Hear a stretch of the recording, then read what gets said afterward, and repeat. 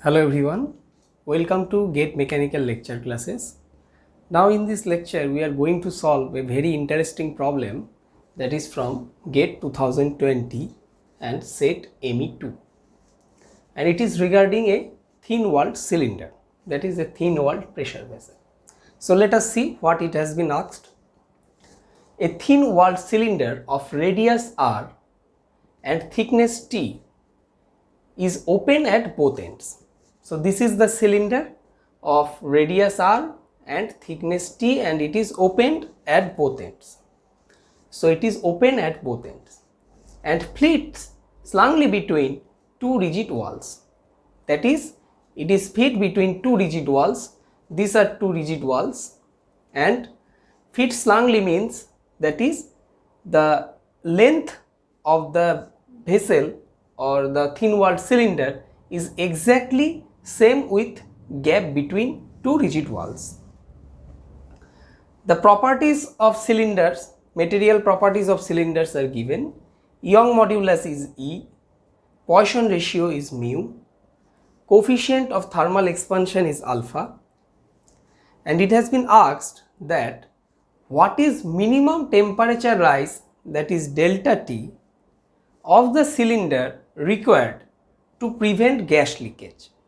Okay, so what is minimum temperature rise delta T of the cylinder required to prevent gas leakage? If the cylinder has to store a gas at an internal pressure of P, so internal pressure of the gas here is P. So internal pressure of the gas is P above the atmosphere. So this is the gauge pressure. This P is above atmosphere. To store this gas and with leak proof, then that is there will be no leakage, what temperature rise is required? And it has been assumed that temperature of the cylinder is uniform, that is at each point of the cylinder temperature is same. So uniform temperature distribution with no buckling, so there will be no buckling.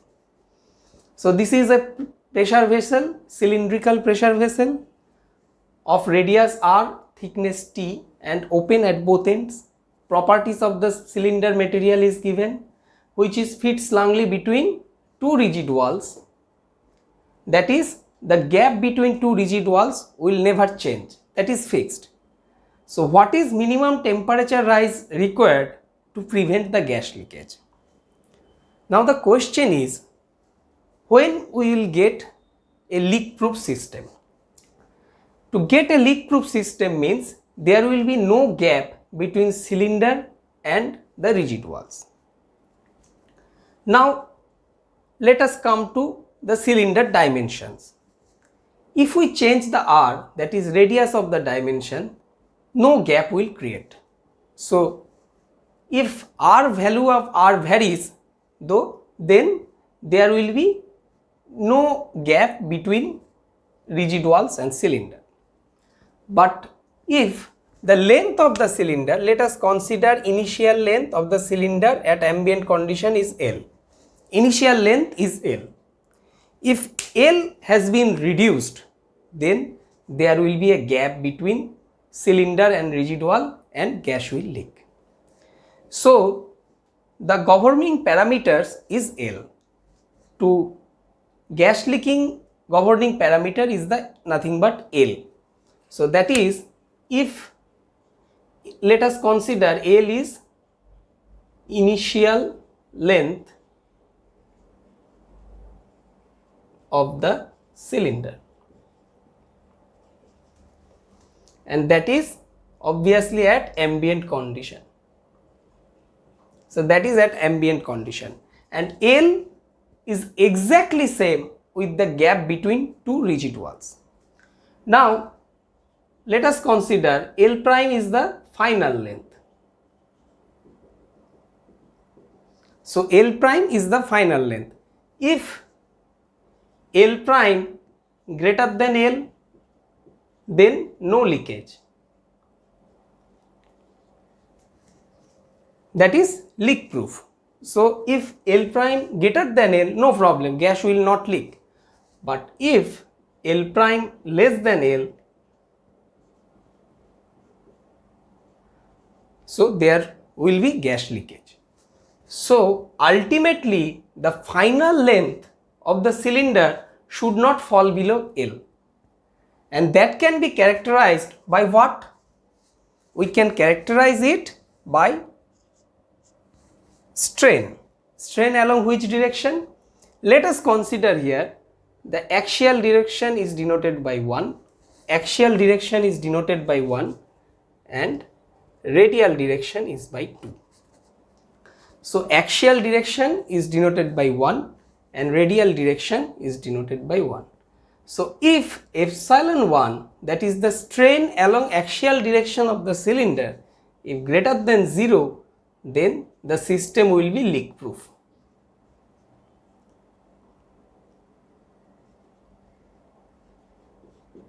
Okay, so we have to maintain this condition, that is epsilon 1, that is axial strain, should be greater than 0, then only the system will be leak proof. To prevent the gas leakage, this will be my condition, that is epsilon 1 greater than 0. So let us now find what is epsilon 1. Before that, let me erase these things. This is for your concept only. So this is the concept that epsilon 1 should be greater than 0. Now let me draw the cylinder once again.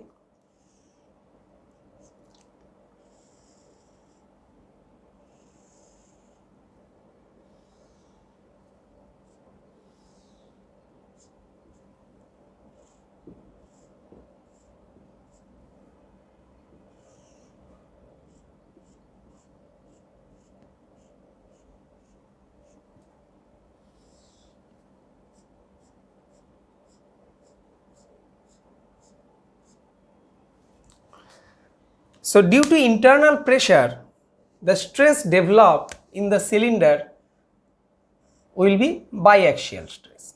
We know due to internal stress, this is sigma 1, that is axial stress or longitudinal stress, and sigma 2 is circumferential stress or hoop stress. So if we take an element on the cylindrical in the cylinder surface, then biaxial stress will be generated. Now for a thin cylinder, the basic equation is sigma 1 plus by R1 plus sigma 2 by R2 is equal to P by T. Now how many unknowns in this equation? Sigma 1 and sigma 2 are unknown because internal pressure is known and thickness and R1, R2 are known. Now for a cylinder, R1 is infinity, and what is R2? R2 is nothing but the radius of the cylinder, that is R.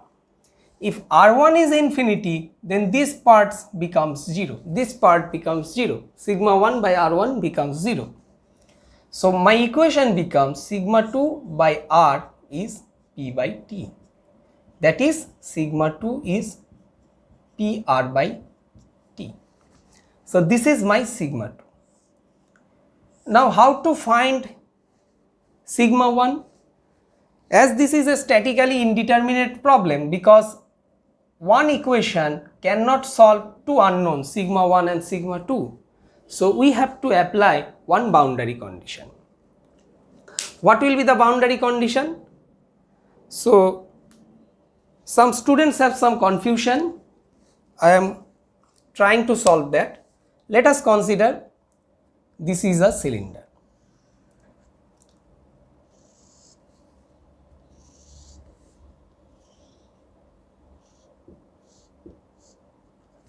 This is a cylinder of radius r. Okay. Now sigma 1, this is sigma 1 and this is sigma 2.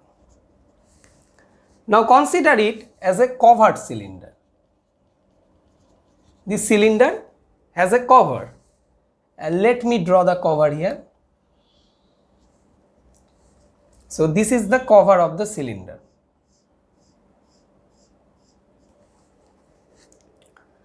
So if internal pressure is P, then the cover will be subjected to a thrust force. That amount is P pi r square.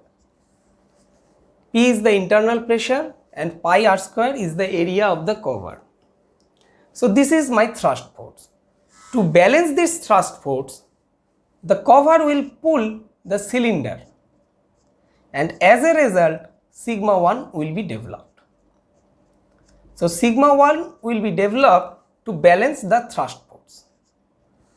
Now what is the area on which sigma 1 is acting? That is sigma 1 into area is how much?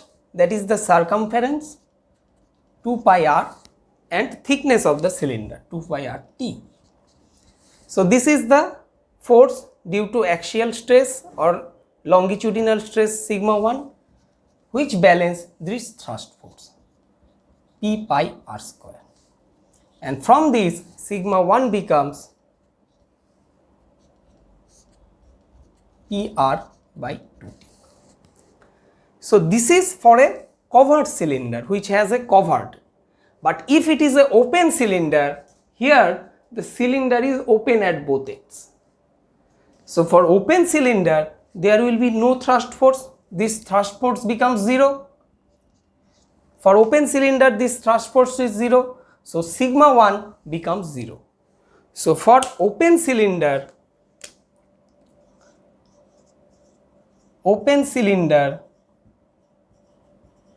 my sigma 1 becomes 0. So this is for a covered cylinder, but by force balance we will get that for a open cylinder sigma 1 is 0 because my thrust force is 0. So for open cylinder the axial stress sigma 1 becomes 0. So in this problem, that is a open cylinder, and we get sigma 2 is PR by T and sigma 1 is 0. Now what is axial strain? Our parameter, we have to maintain that axial strain should be greater than 0. So let us now find what is axial strain. And first I am finding axial strain due to internal pressure only. So let me denote it by suffix PR. What will be the axial strain due to pressure only? That is 1 by E sigma 1 minus mu sigma 2.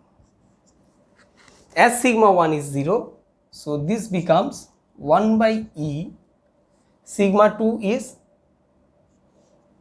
minus mu PR by T, and this is minus mu PR by ET. So this is the axial strain due to pressure only. Now you can understand that due to pressure only, if the cylinder here is subjected to only internal pressure, then axial strain is negative because all the terms mu, p, r, e, t are positive. So axial strain here, this minus sign, that is axial strain is less than 0. That is, if we increase the pressure, the cylinder length will be decreased, the cylinder length will be reduced. Then what happened? Then there will create a gap between wall and cylinder and the gas will leak. To prevent that, what we have to do? We have to rise the temperature of the cylinder so that due to this parameter, that is coefficient of thermal expansion, due to temperature rise, the cylinder will expand and that will fill the gap. Okay, so this is the concept. Now let us find out what is epsilon 1 due to temperature. Due to temperature rise. If temperature rise is delta T, then epsilon 1 will be alpha delta T. So these are two separate parameters on epsilon 1. Now let me calculate what is net epsilon 1. So epsilon 1 net or the resultant, that is the superposition of two values, here epsilon 1 temperature. So that becomes minus mu PR ET plus alpha delta T. So now the condition to becomes a leak proof system, this should be greater than, so sigma 1 net should be greater than 0, that is minus mu PR ET plus delta T, plus alpha delta T should be greater than 0. And what happens? That is delta T should be greater than what? Mu PR alpha ET. So this much temperature has to be raised to make the system leak proof. So my answer is delta T becomes how much? Here I am writing here once again. So delta T should be greater than mu PR alpha ET. So that is the minimum temperature rise should be this much, and I think this option matches with our result. So option C is correct. So this is the correct option. So we have solved this problem. Hope you have understood. Thank you for watching this video. I wish you best of luck in your GATE examination.